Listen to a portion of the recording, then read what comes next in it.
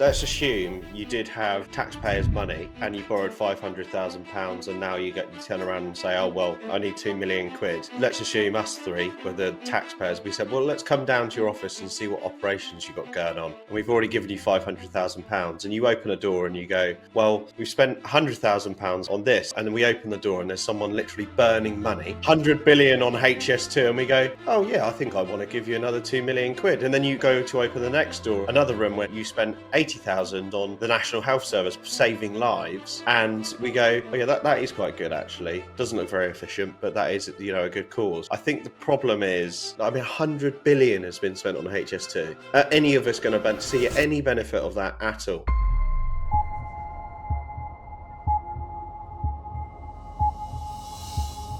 Welcome back, episode 84 of the Ground Up Podcast, and today we're talking about all things UK budget and the effects on property, business, and the economy as a whole. And there will be some fairly drastic effects on the economy, as was expected, but the property sector, not so bad. So we're gonna go through those bits on this podcast, and we'll go through each key topical point that will be relevant to you, our listeners, and us around the mics here, and just deliberate on what we think may happen and what we may have to do to hedge against any potential downwinds. So enjoy the episode, subscribe, big love, thanks for tuning in. Let's give it a good go. For anyone that doesn't know who we are 4 property developers and business owners in the UK, call ourselves Ground Up. We've got Stuart Wyeth, we've got Jack Chiggins, Dorian Payne, and myself, Ryan Beaumont. It is a full house for the start of this podcast, which has become rarer and rarer these days for us to actually start an episode with 4 of us. And I'm in full kit. Yeah, full kit, baby. And we got another little Ground Up hat going on here. Got some merchandise. Thought you were still in your pajamas, Jack. So he rolls into bed. Yeah, he loves it. And also, we're recording this one actually the day after the budget and the day before we do our go-karting event, which is a sold-out gig. 40 of us should be heading down there, 35, 40 of us, something like that. So that's going to be a load of fun. But before we get into this episode, make sure you check out the link in the description or go to our Instagram bio and check out the link in Instagram bio and get tickets to our Ground Up live event on the 9th of January, which is selling out really quickly, which was like, we were unsure, like, how many tickets we're going to sell? Let's just send it. And we've already sold half the tickets. So happy days. Make sure you go and grab those tickets from that bio. If you come with 3 people or more, you get a group discount. It's going to be a sick day. It's all about us engaging with the audience. So make sure you do that. Right. Budget talk. Before you go on to that, Ryan, there's another event coming up for the guys and gals who are watching to keep their eye on, and that is the 2026 skiing trip, which details should be released soon. And you sounded so much like Bryn from Gavin and Stacey then. One more event we must mention 2026. I know. When I was saying, I was like, I'm sounding really Welsh. I am knackered, guys, and it is really. It comes out of you when you're tired. It comes out, yeah. I dread to think what Jack's like when he's tired around Henley. Oh, darling, could you ask me that? Oh, Lord.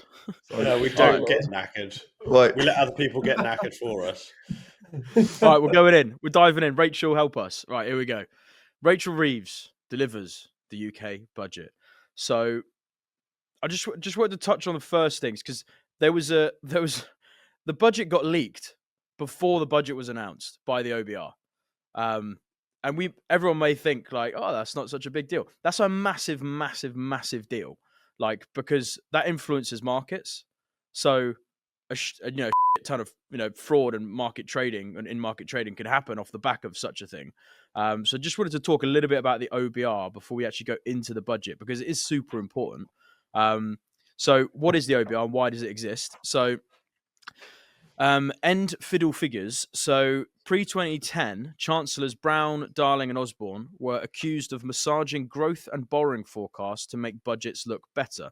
So the Chancellor's obviously acting in the Treasury on behalf of the elected government to create fiscal policy, taxes, all those kinds of things. And Brown, Darling and Osborne wanted to create said agency almost, like an independent body that would help regulate the financial budget before it goes out to make sure there's an impartial view, and that this has worked in places like Sweden, Canada, and other places as well. And what's happened over time is the OBR has become extremely incompetent, which makes you question what's the need for it. So the independence was the idea behind the OBR, which George Osborne brought in to restore trust after the financial crisis. There you go, a crisis and another new body's created.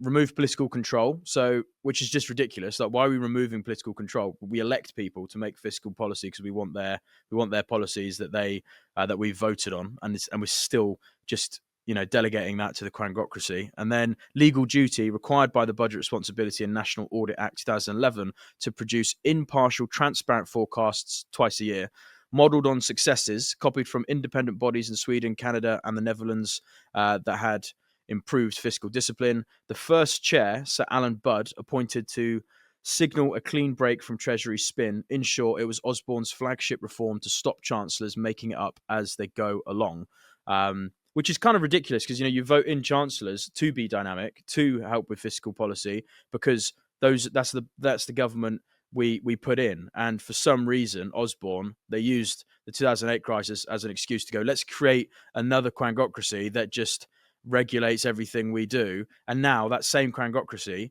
have released the budget. They leaked the budget pre-budget, which is crazy. And just to put a bit of emphasis on that. So the OBR accidentally published its full forecast, including the £26 billion tax rises and 1.5% growth figure, 45 minutes early, causing market turmoil. Chair Richard Hughes apologised and launched a probe, but refused to resign. Historically, when pre-budget details leaked in November 1996 under Kenneth Clarke, the Treasury's top civil servant, Sir Terry Burns, offered his resignation because he had some dignity and went, do you know what? This is obviously a huge shamble and an issue, and I clearly am not a competent person of being responsible for the country's budget and our things that are meant to be confidential until they're released to the public, and offered his resignation. And other similar things have happened before, even on tiny murmurs, like releasing one part of a budget has made previous chairs or previous chancellors appreciate their negligence and step down. We've got this chair just going, nah, I'm not stepping down. It's not an issue. And it's just like, where is the dignity? But anyway, I just wanted to put that out there. I don't know if you guys have any opinions on the OBR, but it's crazy. I think the whole standing down thing is just like a modern assumption that if someone makes a mistake, they need to resign. And I actually think in our business, we can't not turn up that day if there's a problem. You got to see it through and deal with it as best you can deal with it. So I'm actually quite a fan of proving wrong or dealing with a situation. I don't really care if something gets leaked 45 minutes early as well. Yeah, but me though. Yeah, but think about it though. This is not related to business. This is these aren't business people. These are people who are put in to the whole purpose of the OBR being there is to protect the country's interests and to stop market traders and politicians taking advantage of what will be market spins. Because the budget comes out and you could have the markets completely turned. They could put short trades, they could put all kinds of trades in to make millions and millions of pounds off of fucking screwing over the British people. I think it's absolutely bang out of order. They should be, if it leaks, there's maybe a better way to explain it. It's more like a public company CEO, helping a political official or someone on insider trading, off, isn't it? Yeah. That's more akin to what it's like. And they're paid on the public sector dime. I'm just like, what the it's just incompetent. Yeah, I mean, they've obviously failed at their job. Also, this is the same group that when they said we had to have a complete lockdown, they had a party at 10 Downing Street. So, I mean, what do we expect? Just gutted I wasn't invited. They obviously didn't want Bryn from Wales coming, but fuck them. Knock, knock, knock. Bryn was not I love a party, I do. That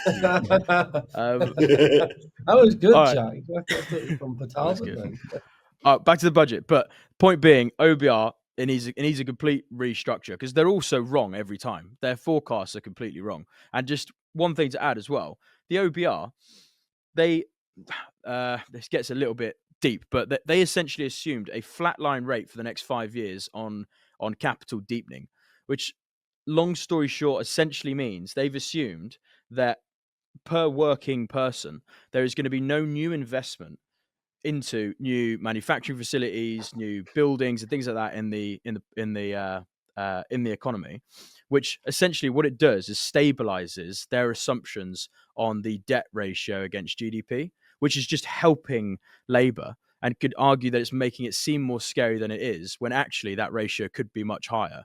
And they've given no explanation as to why they've not assumed there'll be any growth there. And if rates come down, which it looks like they're going to, then of course, there's going to be more investment into infrastructure and buildings and things like that. And they've given no explanation. So it seems like they fiddle the figures to just help with forecasts to keep the markets appeased. But when Liz Truss was in, they didn't do such a thing. They screwed her over in cahoots with the Bank of England to get her out because she wanted smaller government. So it's like, if you attack the government and you want actual austerity and reduced spending, they'll attack you back and use the Quangrocracy as leverage against you. But if you make sure that you keep spending, like Labour do, then they'll protect you and help you and fudge the figures and not give you explanations as to why. So we're just being captured on fiscal policy at government level. I just figure it's fucking nuts. OBR either be abolished or just completely reformed. Anyway, all right. So this is quite a big one. Obviously, affects all of us guys. Affects all of our staff and us, because we will take an income as directors of our companies. So tax threshold freezes extended. So the personal income tax and NI and dividends thresholds frozen until 2031, which is wild because inflation's still pretty rampant, and it's going to stay rampant. So that's fiscal drag effect essentially on people's net earnings, because it's going to pull more and more people into the tax bracket. So this raises 13 billion by 2030-31 and affects 7 million people, with 1.5 million people entering higher rate tax at 40%. So it's a stealth tax, and it boosts revenue progressively, but squeezes middle earners' take-home pay. Businesses face higher payroll costs, potentially curbing wage growth. What do we think of this one, guys? What do you think of that? Even more of a reason to set your own business up, isn't it? Obviously, you can. There's certain privileges you get as a business owner. It's just, if you're an employee and you're stuck within the income guidelines and infrastructure, then you can't manipulate the way you live. But as a directorship and as a business owner, you can obviously do certain things to pay yourself more efficiently, basically. And that's the only way. I think it's just going to push more people into small businesses, which is a good thing. But it should be for the wrong reasons. Hit as well, which we'll come on to. I was going to say, yeah. Well, again, I was out last night. I was out to the early hours, so I've not actually watched the budget. I watched 10 minutes of it before we come on. So yeah, well, I mean, we'll come on to it. So dividend tax has gone up, and also this cost of taxation falls on a business owner as well. So it's kind of like the pot. Everyone's hit. Yeah, everyone's hit.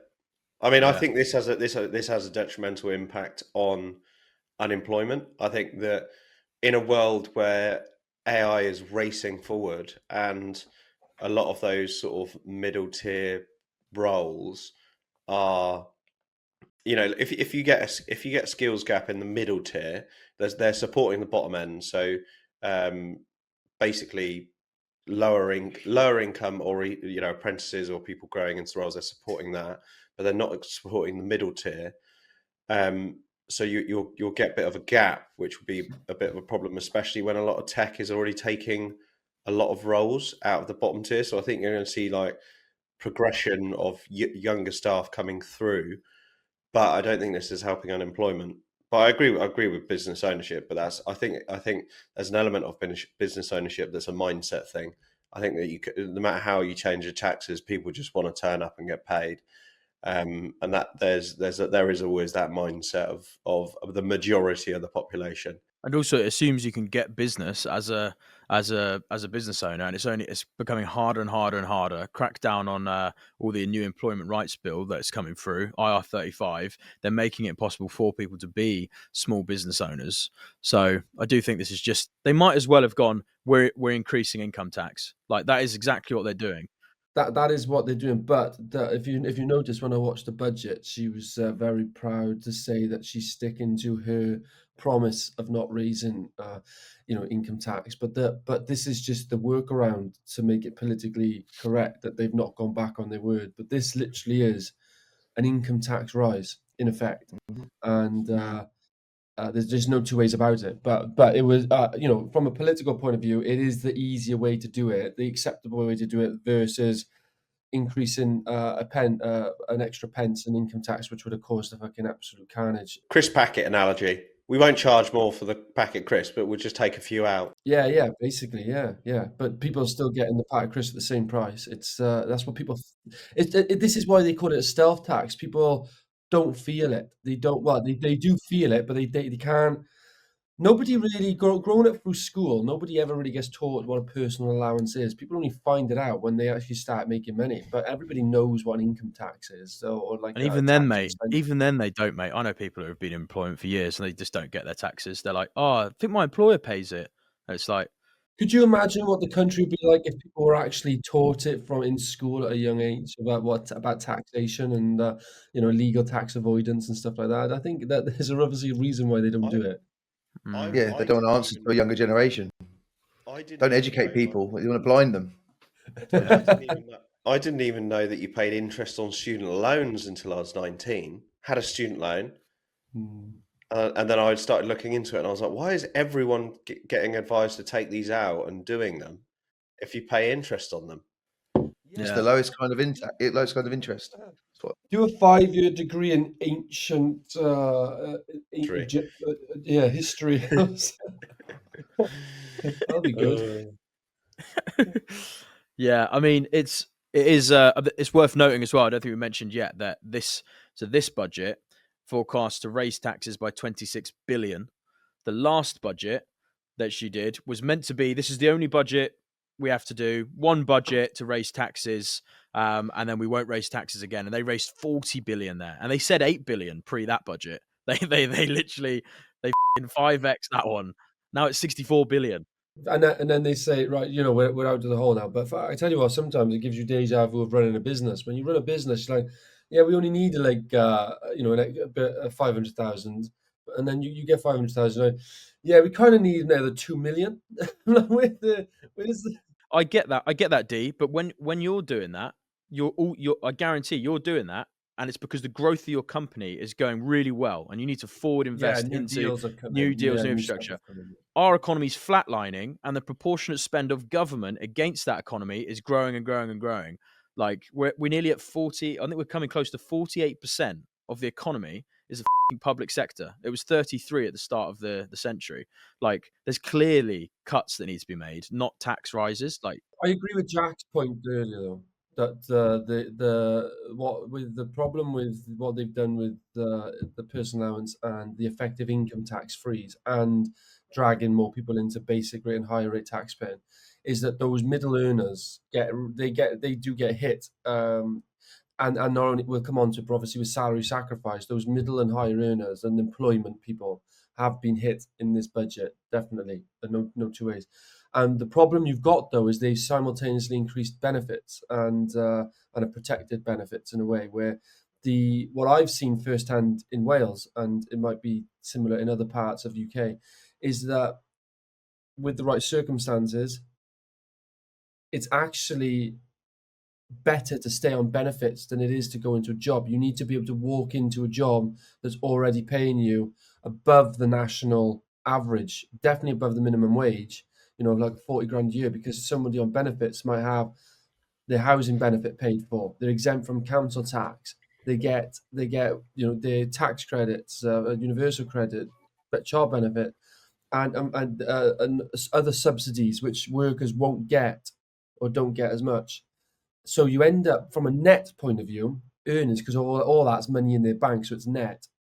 They actually need to make equivalent of like a 40 grand a year salary. And you can't just walk into a job like that when you've got no, as a new start. So that causes a problem. Can I just pick up on that business reference that you made, Dorian? Let's assume you did have taxpayers' money and you borrowed £500,000, and now you turn around and say, oh well, I need 2 million quid, and just let's assume us three were the taxpayers. We said, well, let's come down to your office and see what operations you got going on, and we've already given you £500,000, and you open a door and you go, well, we've spent £100,000 on it, on this, and then we open the door and there's someone literally burning money on 100 billion on HS2, and we go, oh yeah, I think I want to give you another 2 million quid, and then you go to open the next door, and there's another room where you spent 80,000 on the National Health Service saving lives, and we go, oh yeah, that is quite good actually. Doesn't look very efficient, but that is a good cause. So I think the problem is not necessarily always the raising. Is what I mean. 100 billion has been spent on HS2. Are any of us Yeah. going to see any benefit of that at all? Yeah, well, look at that. Did you guys see the gov.co.uk rebranding cost for over £500,000? Have you seen that? Yes. I don't know how they did it £500,000. for that. What? It's fucking wild, that, Yeah. mate. Fucking wild. All right, let's go on to the next piece. There's a few of these to get through. Mansion tax. So this is one that made a lot of noise, but actually isn't going to affect that many people, and isn't going to raise that much money either. But what I don't like about this one is it the start of thresholds that could otherwise be dropped? Starts at, say, was it 500,000 or more, or 200 million, 2 million or more now? But will that drop to 250,000, 200,000? There's nothing more permanent than a temporary government measure, and I feel like they're going to use this as an inroad to start to hit the property sector wider, open up that aperture over the years. But so mansion tax summary: new council tax surcharge on properties valued over 2 million, hitting luxury owners to fund local services. Now they say new council tax surcharge, clever wording, but I'm pretty sure I was listening to Martin Lewis's insights into the budget yesterday, and he'd spoke with a government official, and supposedly the revenues go to central government, not local councils. So it's like, is this going to benefit local councils? I kind of feel that makes sense if they allocate the budget correctly once it's gone to central government, because otherwise you'll get places like, for example, Chalfont St Giles or Beaconsfield, where loads of high value properties. It's typically well upkept because people spend money there, and it doesn't need the extra money. Yeah, no. I agree with your point in terms of this tax going to central government. I understand, but don't then call it new council tax surcharges. Is that a foreshadow for their future plan where they're going to open it up to wider areas? Yeah, I mean that happened with the stamp duty and land tax increase. It was increased for companies from 3% to 5% over certain thresholds as a temporary measure. Now that's just permanent. Yeah, exactly. Whereas actually the Conservative government that brought that in temporarily, and then Labour made it permanent. Yeah. So key data: £2,500 a year for £2 million homes, up to 7,500 for 5 million plus. So good luck, Stu, on your new gaff, mate. That's what you get for being rich. I'm not rich, mate, and I mean, I'm not being I funny. definitely think That's 10 million quid in tax in London. I don't really think that touches the sides. Seems like a lot of paperwork to me. Yeah, it's not going to raise that much either. They say it's going to raise about £500 million, but it made a lot of noise in the press. So. This though is a good political thing for Labour's point of view. Anybody affected by this tax should be able to pay it quite Robin Hood. easily. yeah, but I don't think, it's all about scoring points for the public. This is. Just call it as it is. Mansion tax, taxing the rich. We've done it. We're doing it. We're listening. But the reality is, the rich are like, oh, £2,000. All right, okay. I think the catchment of the rich that this does impact is asset rich, cash poor, rich people that have inherited value through generations, and they're also getting hit by various different inheritance reasons. To be fair, though, and I agree with you, but still, even that being the case, £2,500 a year on something worth £2 million or more, they shouldn't, regardless of how they've got this that is all asset, smoke they and mirrors. shouldn't have an issue. It's an inroad, like Rice said. It's an inroad, but they can move the target down to £1.5 million, then £1 million. Then you're paying 1,500 quid for anything that's over £500,000 quid or whatever. If Labour stay in, it's something that Conservatives or whoever will come in and abolish. But they're just trying to make it look like they're doing something to try and hurt and make a dent on the higher earners. I honestly thought they were going to mirror it. I think I said it on the last one. I honestly thought they were going to mirror it with companies that own properties, and which is 500,000. But they didn't. A big point with this one though is administration. Like, how do they administer this? Who's the valuer? the administration of the electric mileage charge. Have you seen how Oh they're going to yeah, do that? yeah. I We'll don't get think on to that one. We'll get on to that one. We'll get on to that one. But as in, let's say if I've got £2 million gaff in London, speculatively, it's a £2 million gaff. Who's valuing that? Can I sell it in this market? Can I sell it when rates are high? So do I have to pay it the same year where I couldn't possibly sell it and liquidate it? If you bought it for £1 million, it's now worth 2. Are you revaluing? Are they paying for the value to come out and get it done? A red book? Exactly. That's a great point. No. It's a great point. Really I mean, strange to know the easiest thing is to just ask for the insurance policy of what you're insuring the building against. But they always fucking Jack, ramp don't give that them one up. ideas, mate. Jack, stop helping them. I mean, I don't think I'm the smartest person here coming up with these ideas. All right, next one. Have So you been in the room?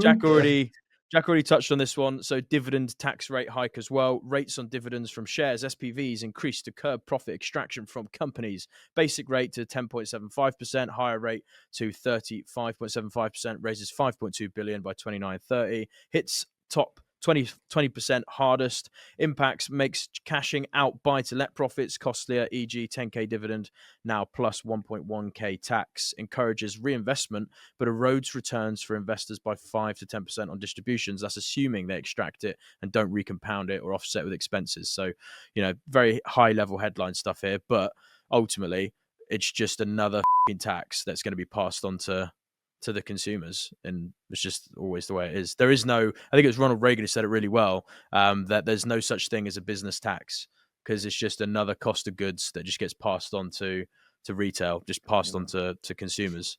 So it's just I can't see this being fruitful, if I'm honest, for raising, because the problem you have with the people that are in control of this is they just change their pay structure and or bugger off to another country. So it's I can't see this improving the amount of capital raised in the UK. I think this might actually have a negative impact. Yeah. Oh yeah, I think they all will. I think their tax collect assumptions are all going to be lower. I'm actually saying I think that they'll raise less by bringing out this change.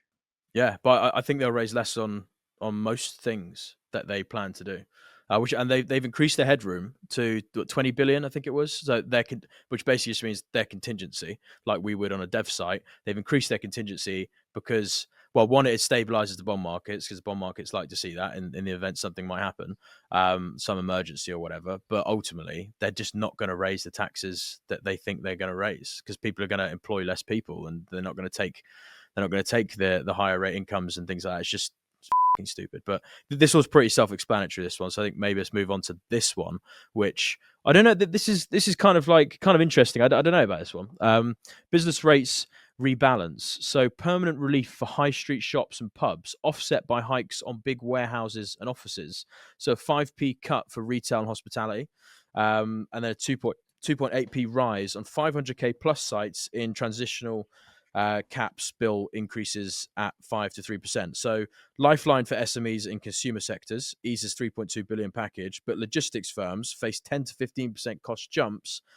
So a net positive for property managers with mixed portfolios. So basically, an easy way just for our users to think about this is high street shops and retail are getting a tax relief on business rates, whilst Amazon warehouses are going to see a higher tax cost to help supplement. That's basically sort of what's happening.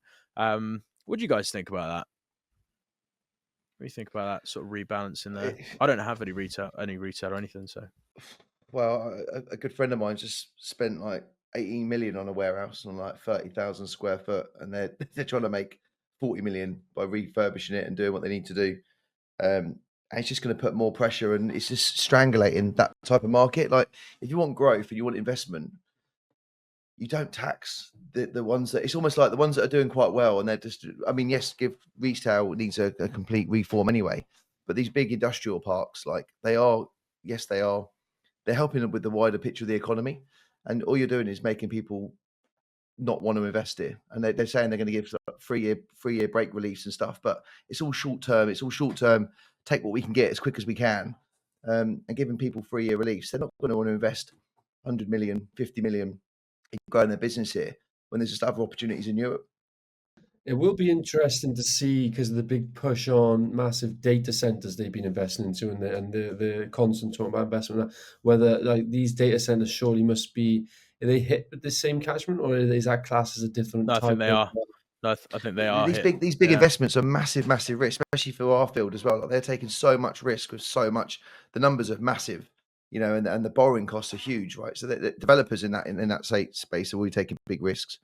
But yeah, I just can't. I just feel like the government are constantly trying to, because they're actually the ones that are making investment. They're like, okay, let's go after them. It's like, just let it flourish and look. They don't look at the positives, what's going to come off the back of it.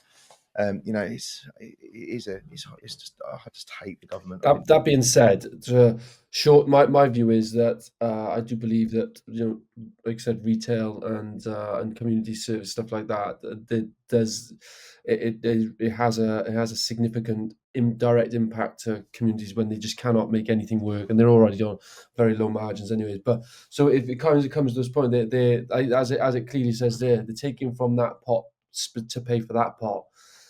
And in principle, I'm personally not. I agree with Stuart, but if in terms of if you had to do anything, then I'm in agreement with it. To be honest with you.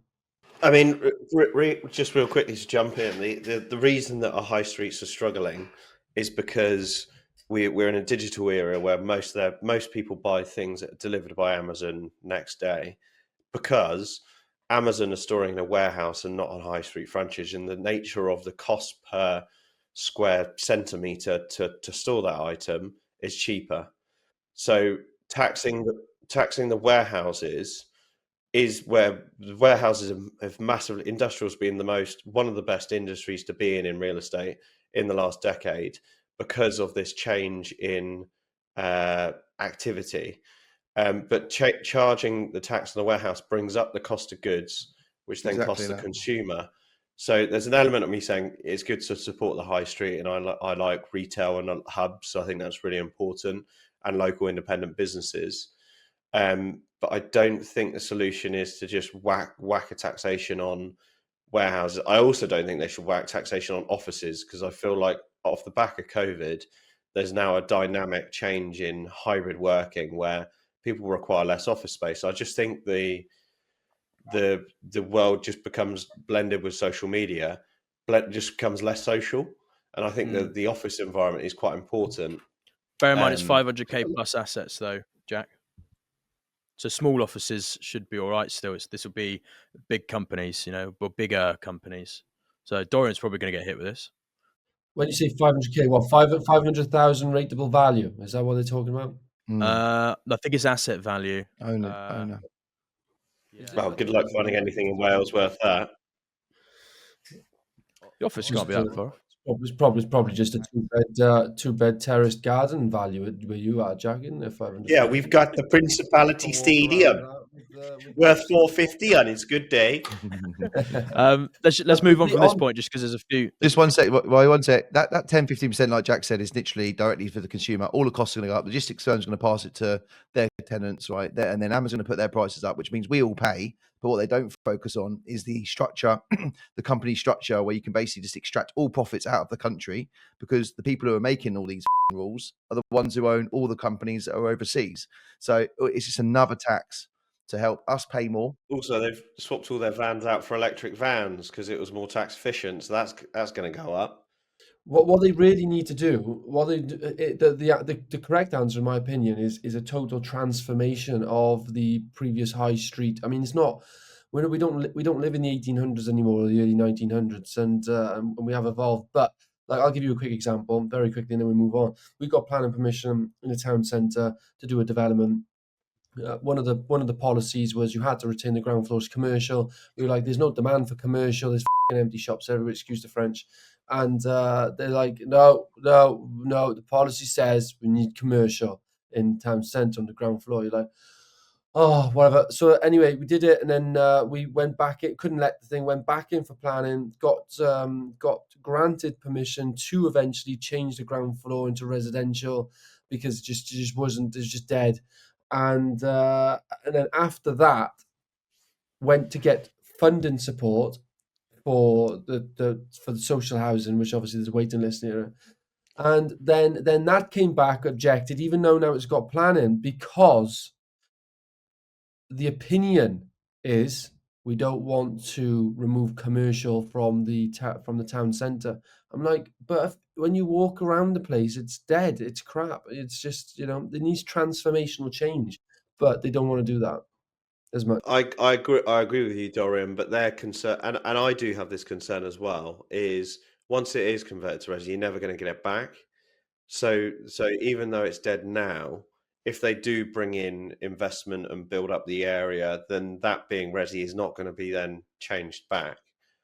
They need to reduce the town size, I think. So yeah, take the external outside and make the town more condensed.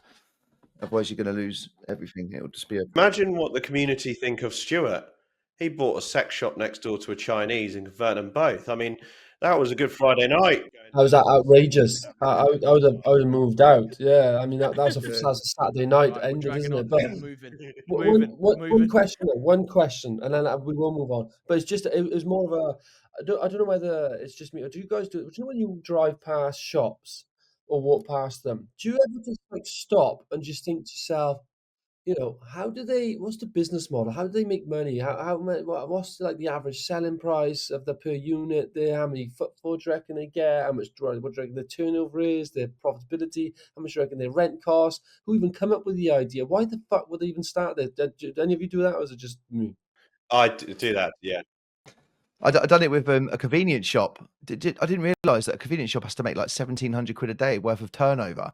I mean, to be like successful, I mean, that's a lot of chewing gum and a lot of cigarette packets, isn't it, a day? Especially in one of these little B roads out the way with no limited parking.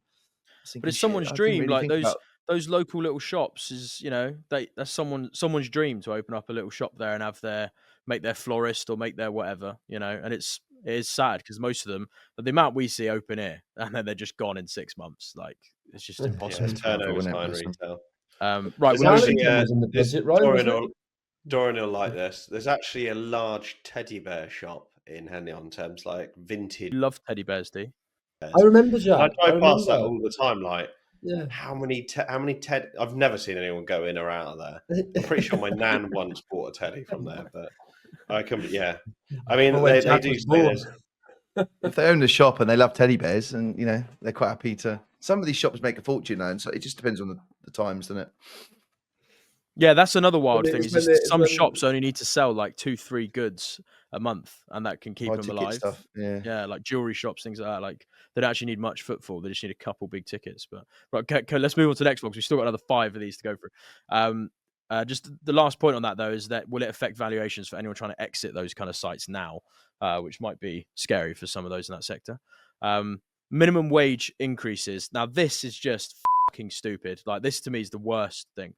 Yeah, this is ridiculous. So, summary, steepest rise for youth rates to narrow gaps, boosting low pay floors amid inflation. So, 21 plus to £12.71, which will boost for 2.4 million people. 18 to 20s is to £10.85. These are per hour rates.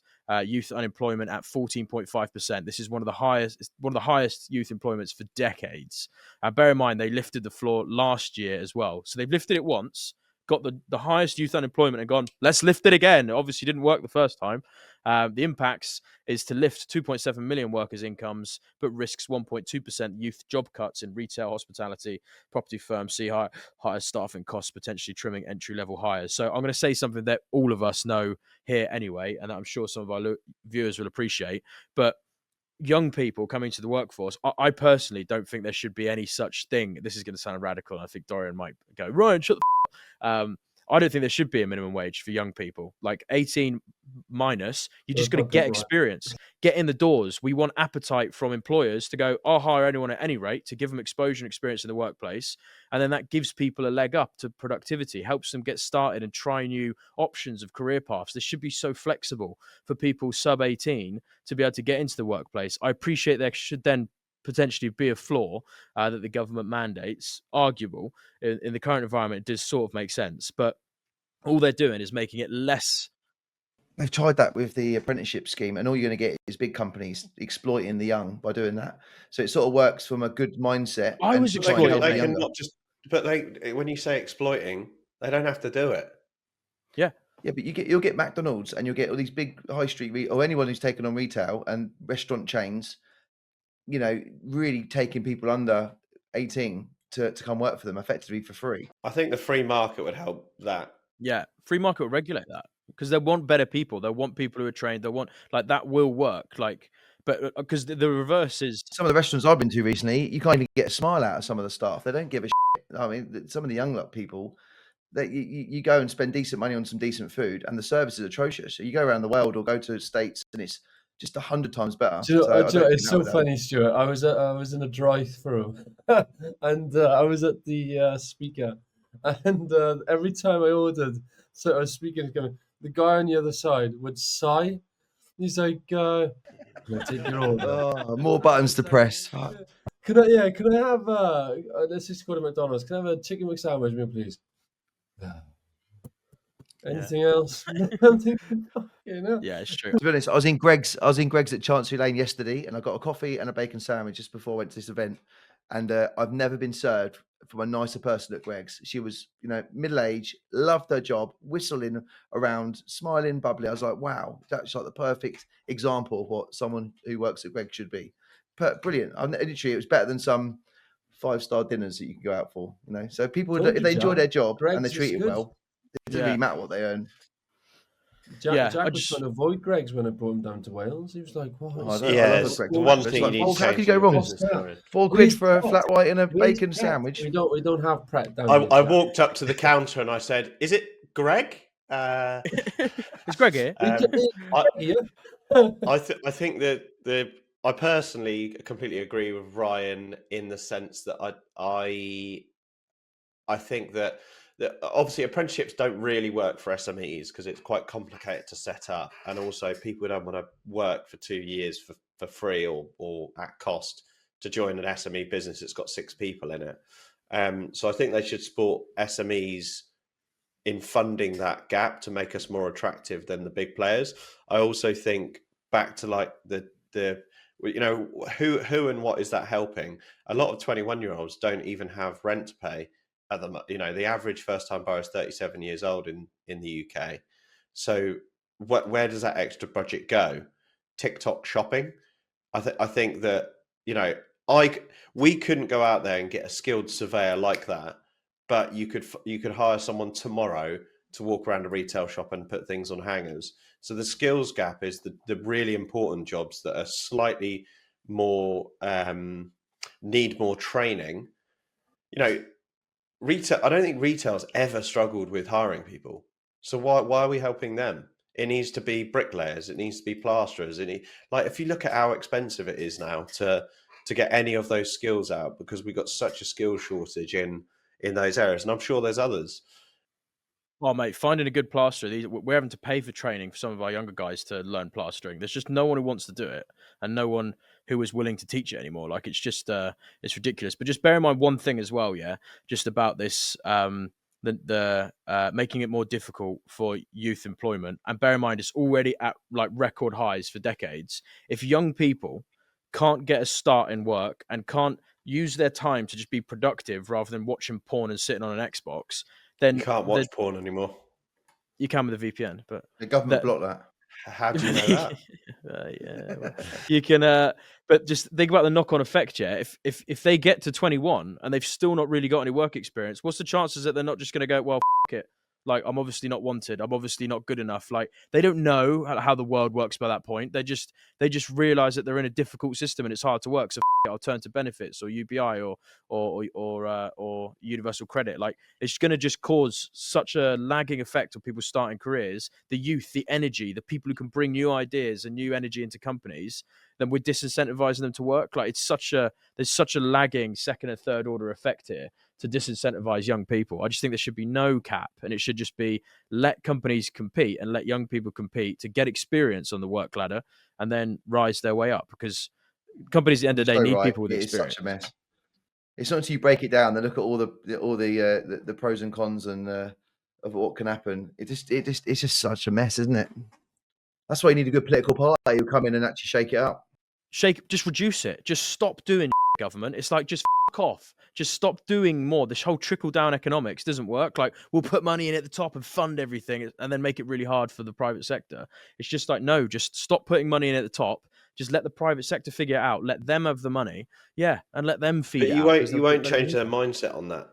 No, I know. It is what it Civil is. war. We're in a Labour Well, government. they benefit too greatly because the money they're pouring in is indirectly going to themselves by the channels they're creating. So you never stop it because they've already got the power. And anyone who does, like Liz Truss, who wants to come in and try and shake things up, they'll banish and get her out in 40 days and make a fool of her. Where Civil war, mate. It's the only way. There needs to be an uprising from the people to like shake the whole thing down. Like, that's the only way it's going to this podcast will get banned if they ban start us. thinking we're God, talking like try it. Try if I can ban us. What you guys can do, Gents. by the way, have you got to go, D? You see, Jack Mallard's got he's I got a big bank really this don't week. want to, but I've got to get to a meeting. Sorry. So, but great to see you all. Have a good day. I'll See be you, mate. shortly Enjoy. following, Dorian. Safe one, D. See you later, Big D. Safe one. All right, let's go to these next ones quick, then. What we got left? The abolition to the 2-child benefit cap.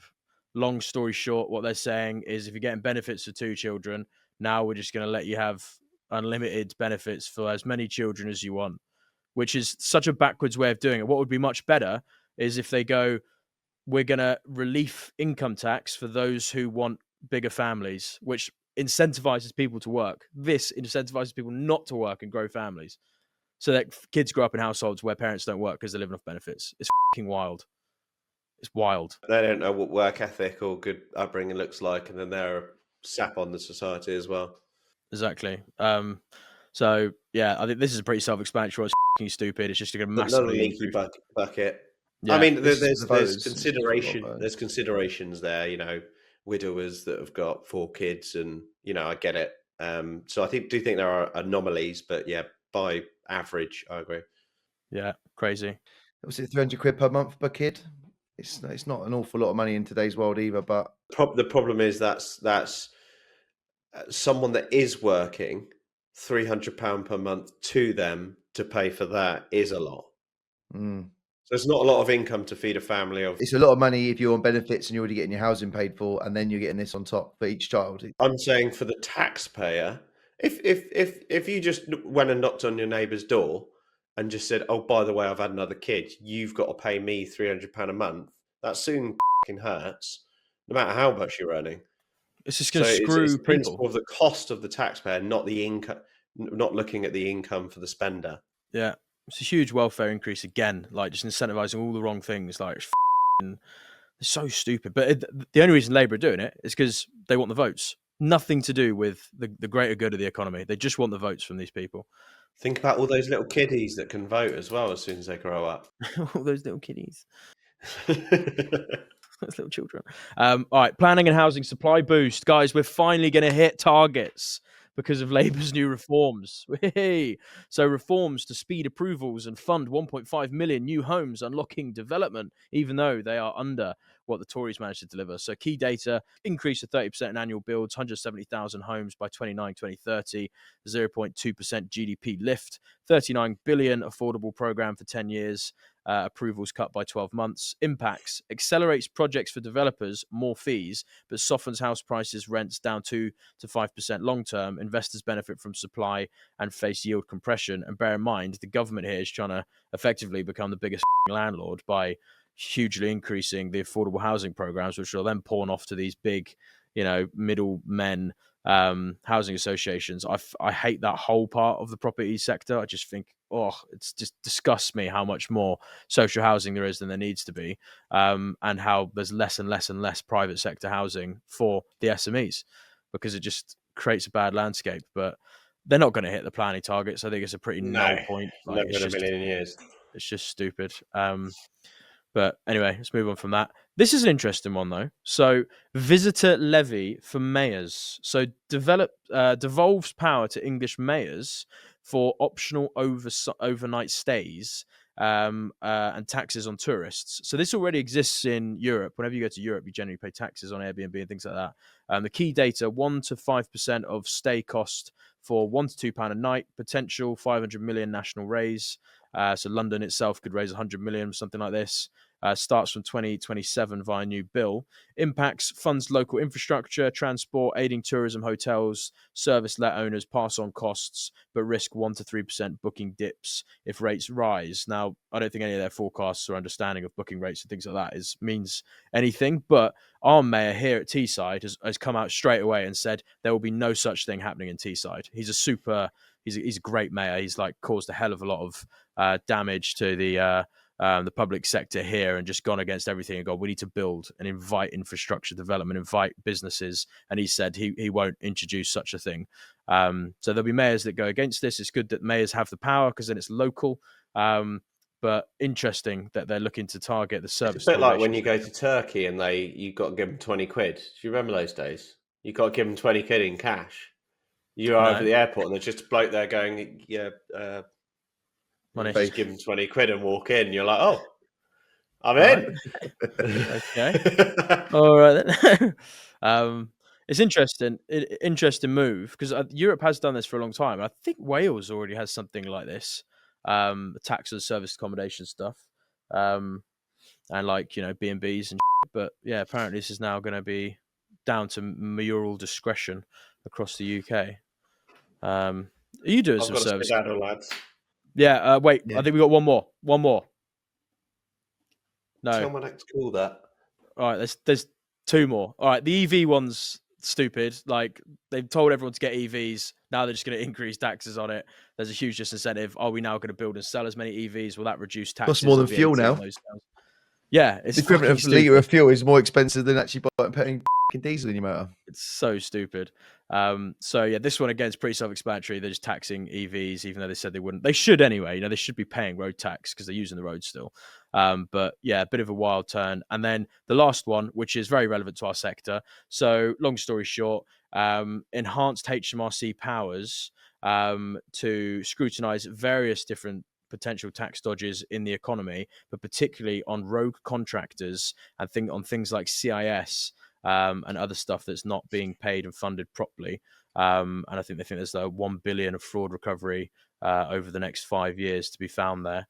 I mean, yeah, our sector, it is difficult with things like self-employed and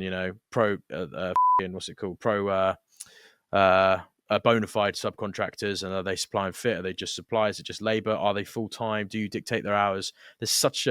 I don't know why they're trying to come in there because it's such a difficult industry already to hire, recruit and retain staff. They're just making it even more difficult with tax layers. And you speak to any tradie, Stu, I'm sure it's the same for you. Getting them to try and sort their taxes out is difficult. It's tough. And then they're going to come and scrutinize people like us.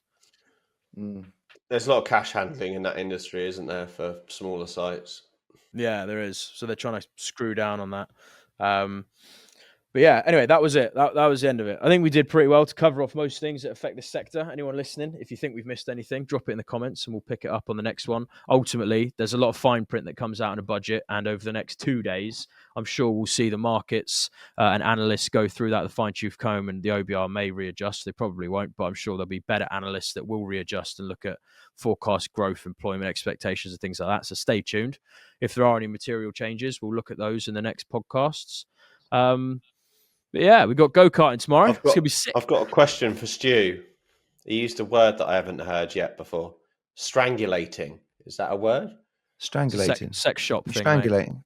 Yeah, you got to get in the industry, Jack. It's a good industry to be in. Strangulation, right? You're very cocksure about that. All right. Thanks to everyone who's watched. Let's get on with the day. Big love, and see you next week. See you guys. Round up sound. Ooh, yeah. Real estate deal. We lay them down.